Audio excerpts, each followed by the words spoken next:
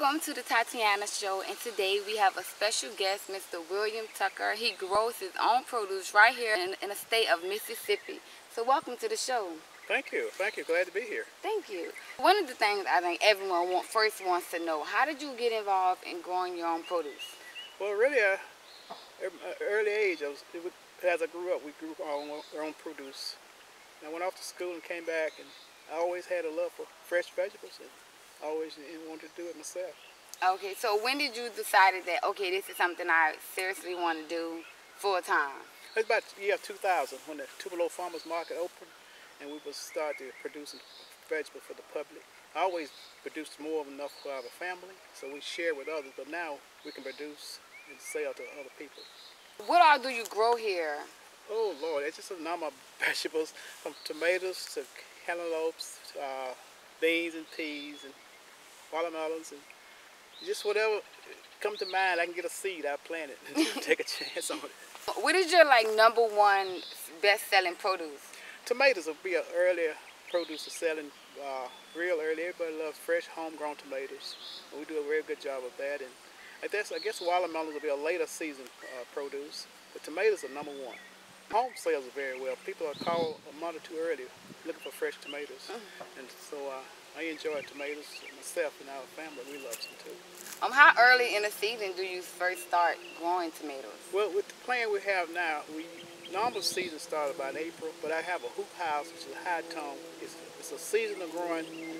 I can plant in the ground, just keep the cover. I don't have to heat it or cool it. I can plant in late February and early March. That give me tomatoes around Memorial Day weekend. Then I can do a second crop and start in July, and I can have tomatoes in October. So that's twofold way I can do that. And they are fresh, and I can grow them naturally without lots of pesticides and sprays. We get a good variety of tomatoes that are resistant to most of the viruses and have very little problem with any diseases. So do the high tower help with that, or is it all about just the ground? I think it's in there. I do lots of compost soils and in the ground. It's a lot to do with it. And I do irrigation. I water from the ground down. It's a drip system. I don't get water on the plants. And the wind don't have a whole lot of problem with it.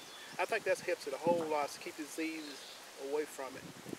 Okay, so I guess tomatoes are your favorite fruit, because I know that's another thing I want to ask you about. A lot of people have a big debate over, is a tomato a fruit or a vegetable? What would you say?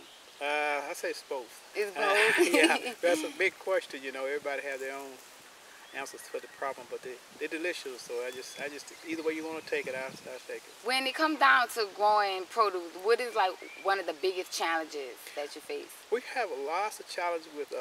I know we have the insects and different fungus, but we have birds and different other animals that are critical, like raccoons have a problem with watermelons and corn, and we have the crow, which does lots to do with our corn too, and we have a squirrel. It's just all type of little pests that can create everything nature just has can create a problem. Yeah, they can be a problem occasionally, you know. What are one ways you try to help keep this problem down? Well, I guess just being around it most of the time and watching it. And we do have a few dogs around here. They can keep us, you know, raccoons and things like that. And deer, you know, it's pretty hard around this area too. So they can be a big problem. We haven't got a real good way of keeping them out unless you shoot killing them, but we don't want to do that. Yeah. So if someone wants to get into produce, how can they get into that life? Well, really, by my way, I started out just from my parents, you know, raising produce, and in later years, you know, through Mississippi State Extension and Agriculture, they give you lots of information on growing produce.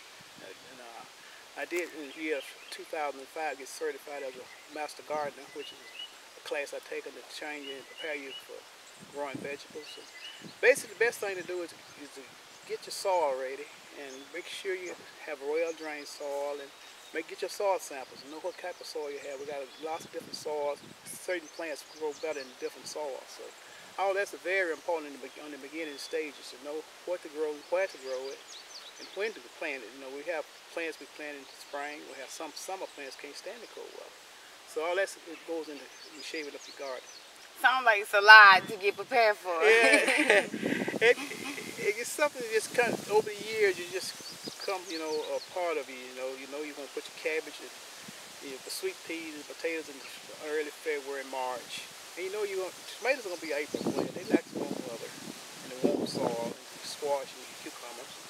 Then in the fall of the year you do your greens, you do your turnips and mustards. That's a big sale too in the fall of the year. Buy lots of stuff to put up for winter. So peas are summer products. So you just kind of go in steps as ages over and over every year. You know, you do the same thing. Is there anything you would like the people to know about fresh produce that they may never guess in a million years? I like to just remind people they can do like a raised bed, like a 4x16 or 12.